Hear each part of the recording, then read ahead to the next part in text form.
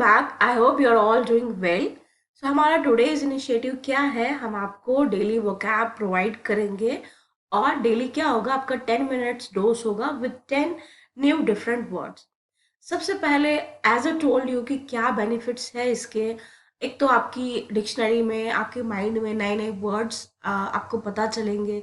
दूसरा, हमें पता है कि जितने भी कॉम्पिटिटिव एग्जाम्स हैं उसमें एक पोर्शन रहता है आपका इंग्लिश का, और इंग्लिश में आपको बहुत बार मीनिंग्स पूछे जाते हैं या उसका अपोजिट वर्ड पूछा जाता है या साइनोमस पूछा जाता है।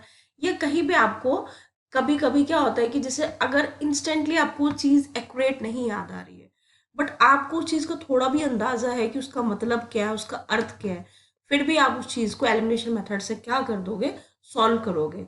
आपका एग्जाम में माइंडसेट कैसा है, that is what matters the most. इसीलिए जब भी आप एग्जाम देने जा रहे हो, try to be free minded. अच्छा ब्रेकफास्ट करके जाइए, अगर दिन का टाइम है तो अच्छा लंच कीजिए, पानी खूब सारा पीजिए, and don't try to take the stress. Just try to keep yourself as much as peaceful you can, because आपने कितने टाइम मेहनत की है, उसका सबसे इम्पोर्टेंट रोल ये होगा कि आप वहाँ पे कितने माइंडफुल हो और कितना आप पीसफुली पेपर अटेम्प्ट कर रहे हो। So let's get started. हमारा सबसे पहला वर्ड है दैट इज एक्सीडेड। स्वीकार कर लिया, हमने किसी चीज को एक्सेप्ट कर लिया या मान लिया। तो क्या है, एग्री करना डिमांड को। आपके सामने किसी ने कोई डिमांड रखी, कोई प्रपोजल रखा, कोई रिक्वेस्ट रखी, आपने क्या किया, उस चीज को मान लिया।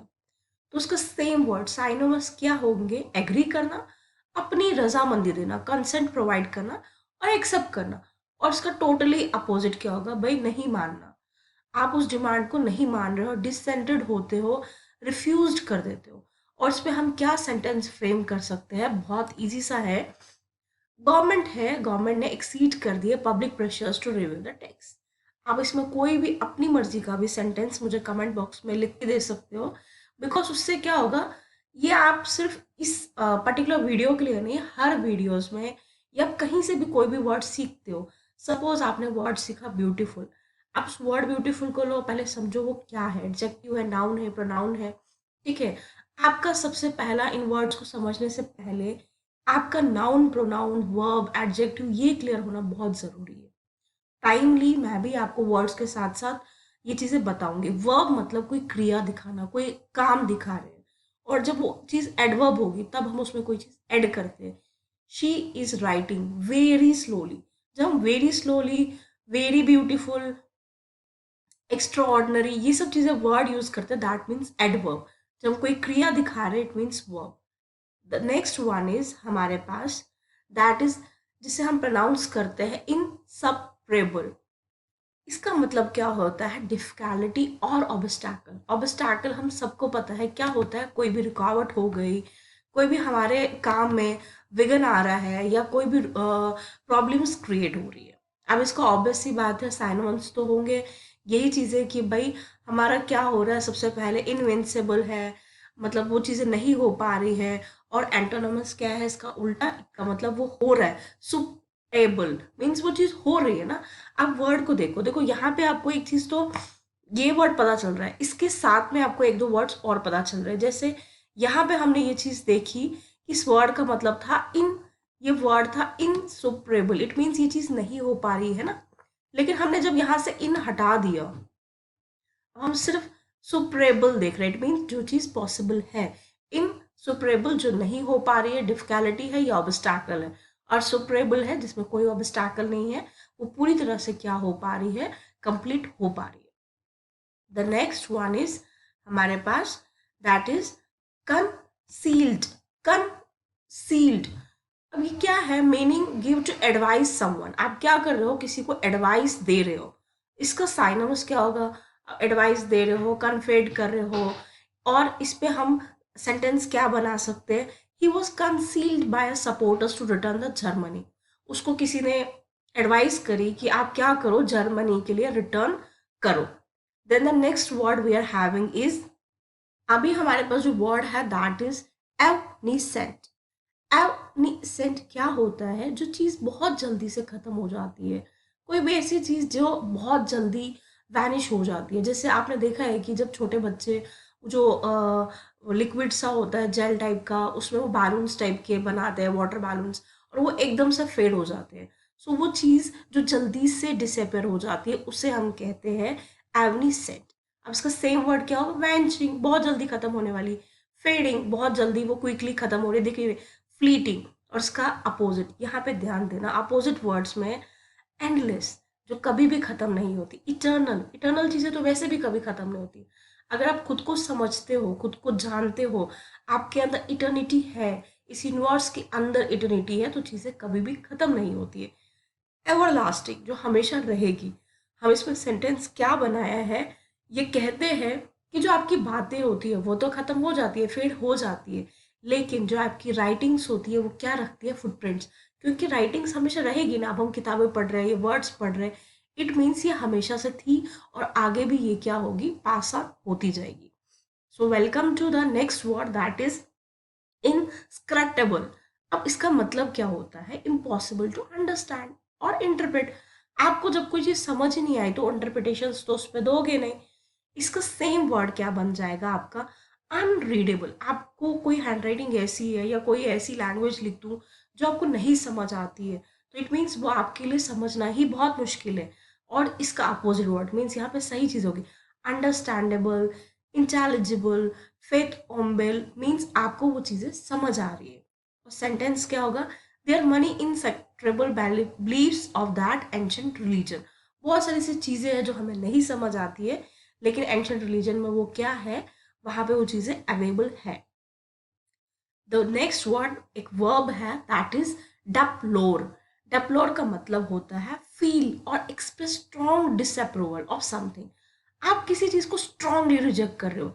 आपसे कोई राय ले रहा है किसी चीज के लिए कि whether you want to come or not, और आप बहुत स्ट्रांगली, बहुत क्विकली, बहुत कॉन्फिडेंटली बोल रहे हो, no you don't want to come, I really don't want to come. ठीक है। साइनोमस होगा इसका मतलब सिमिलर वर्ड आपका abhor, be shocked, be offend by, और इसके एटोनमस ऑब्वियसली अपोजिट होगा डिलाइटफुल। आप मतलब बहुत खुश है, हाँ, एक्सल्ट, इंजॉय, आप उस चीज को, उस अनुभव को, अच्छा मजा आ रहा है आपको। अब इसका क्या सेंटेंस है? आप इस पे भी मुझे एक दो सेंटेंसेस फ्रेम करके दीजिए। We deeply deplore the loss of life. हम क्या करते हैं? उस लॉस को हम मतलब एक्सेप्ट करते हैं, मतलब डिसअप्रूव करते हैं, जो भी लाइफ जिसकी भी थी। ट्राड्यूस, इसमें क्या हो गया आपका? बदनाम करना। Meaning speak badly of tell lies about someone, किसी के बारे में डैमेज, किसी के बारे में झूठ बोलना, गॉसिप करना, बैक बाइटिंग करना। तो साइनोमस क्या होगा? डिफेम। अब देखो फेम होता है किसी की रेपुटेशन, इज्जत। अब आप उस इंसान को, उस पर्टिकुलर इंसान को बेइज्जत कर रहे हो, तो इट मीन्स उसकी जो आप डिग्निटी है उसको हार्म कर रहे हो। स्लैंडर, मागन। और एंटोनिमस होता है ग्लोरीफाई करना, किसी की प्रेज करना, किसी को अप्रिशिएट करना, ऑनर करना, एक्लेम करना। उसका सेंटेंस क्या होगा? ही ट्रस्ट हिज फ्रेंड्स कैरेक्टर। उसने अपने जो फ्रेंड के कैरेक्टर है उस पर क्या किया? लालछन लगाया या गलत चीजें बोली। Then the other word is pugnacious. Pugnacious क्या है? मीनिंग ईगर और क्विक टू आर्ग्यू, मतलब एकदम से आर्ग्यू करने के लिए, क्वायर और फाइट। कुछ लोग होते हैं ना जो एकदम से चिढ़ जाते हैं, उनसे आप कोई सीधी बात भी करोगे तब भी वो उस चीज को लेके क्या हो जाएंगे? एनॉय होंगे, इरिटेट होंगे। तो इसका मतलब या इसका साइनोनिम्स क्या होंगे? कंबाटिव, एग्रेसिव। एग्रेसिव भी वही होता है जो एकदम से गुस्सा कर जाना। एंटागोनिस्टिक, जो इंसान बहुत जल्दी चीज़ों पर रिएक्ट करता है। और इसका उल्टा बिल्कुल opposite, that is non aggressive. वो एग्रेसिव नहीं है, जेंटल है, बहुत पोलाइट है, काम है, पीसफुल है। और सेंटेंस क्या हो सकता है? I found him pugnacious and arrogant. मुझे एरोगेंट लगा और एकदम सा कुछ अजीब सा कॉलसम लगा। हमारे पास एक और वर्ड है, दैट इज ऑस्टेंसिबली। इसको हम कैसे पढ़ते हैं? ऑस्टेंसिबल। इसका मतलब स्पेलिंग में ये BLY है, लेकिन हम इसे प्रोनाउंस ब्ली करते हैं लास्ट में। मीनिंग क्या है?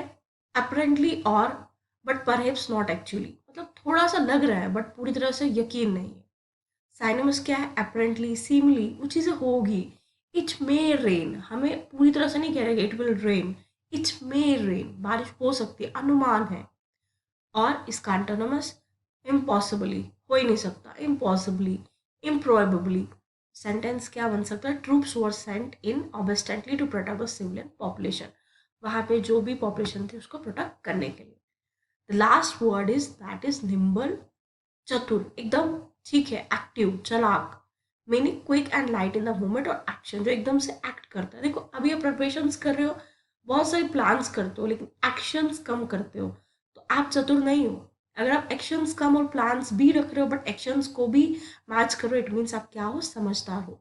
इसके एकदम सेम वर्ड्स क्या होंगे, लिट, स्प्रिंगलिट, और इसके उल्टा वो बंदा वीक माइंडेड है, आज उसने डिसाइड किया नहीं करेगा, विटलेस है। Sentence, she showed some nimble footwork and looked like a promising player, बहुत सही से उसने जो चीज़ें कही थी वो की और लगता है कि वो एक प्रॉमिसिंग प्लेयर है। So thanks a lot, keep on supporting us, और इनका आप एक एक सेंटेंस मुझे फ्रेम करके देंगे और बताएंगे was it helpful for you और नॉट।